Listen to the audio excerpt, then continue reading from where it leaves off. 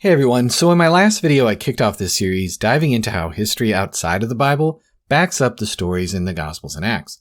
Now, when it comes to secular evidence in the Bible, it basically boils down to two different types. First, you've got non-Christians mentioning big events from the Gospels, like Tacitus talking about Jesus' crucifixion.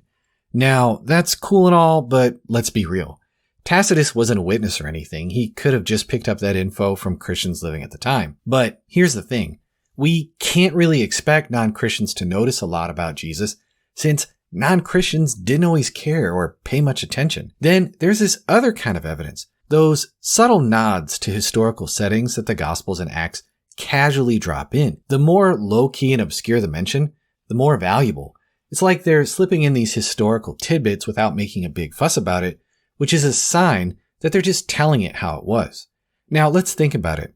The gospel writers get some pretty difficult stuff right, and they didn't have access to Google or Wikipedia to help them out.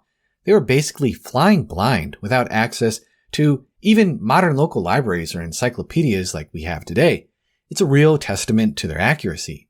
Alright, now with all of that in mind, let's dive into one heck of a wild scene from the book of Acts. So picture this. Paul heals a guy who couldn't walk, right? Well, it sparks a huge uproar, with folks in the crowd screaming in their own Lycaonian language that Paul and Barnabas are gods come down to earth. They even start calling Barnabas Zeus and Paul Hermes. Now, here's the kicker. Lystra wasn't your typical Greek-speaking hotspot. Nope, since they were living more inland, they were holding on to their own native Lycaonian language. But Luke nails it with his detail, showing that he knew his stuff. And get this, there's even a historical artifact, a gloss by Stephanus of Byzantium, that backs this fact up that they were still using their own native tongues. It's these little nuggets of detail that really make you appreciate the accuracy of Luke's account. Also, isn't it kind of weird how the crowd in Lystra dubbed Barnabas as Zeus and Paul as Hermes? Well, as it turns out, every ancient community had its own set of gods they worshipped as patrons. And guess what? Archaeological finds reveal that in Lystra, specifically in Lystra, including inscriptions dedicating stuff to these two gods, showing that they were the big two patron gods of Lystra. Plus, this ancient poet Ovid, he spins this tale about Zeus and Hermes visiting the region in human form, stopping by this elderly couple's place where they were treated like royalty. The gods end up blessing the couple while bringing doom to the rest of the area, and this area was not far from Lystra. Now, you might wonder why the people from Lystra pegged Barnabas as Zeus, the top dog among gods, when Paul was the main guy in the story. Well, historical evidence suggests that when two gods popped to earth, the lesser one did most of the talking. So since Paul was doing all the preaching, they figured Barnabas must be the big shot. Again, it's these little historical nuggets that really make Luke's narrative shine with authenticity.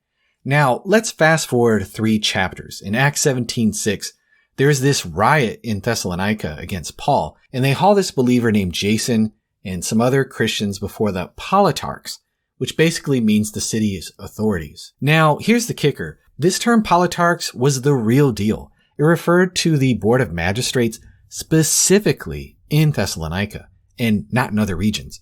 It's not some vague and generic term that you could just stumble upon, and it's definitely not common knowledge if you've never been there yourself. These various provinces had their own unique titles depending on what region you were in, so it's easy to get mixed up with all the different names floating around. It's this kind of detail that a fictional storyteller might miss or just gloss over, but Luke nails it right on the head.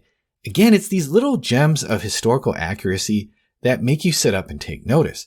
So in these particular narratives, Luke not only nails facts about obscure local language, but little details like titles of local officials and also their own religious customs.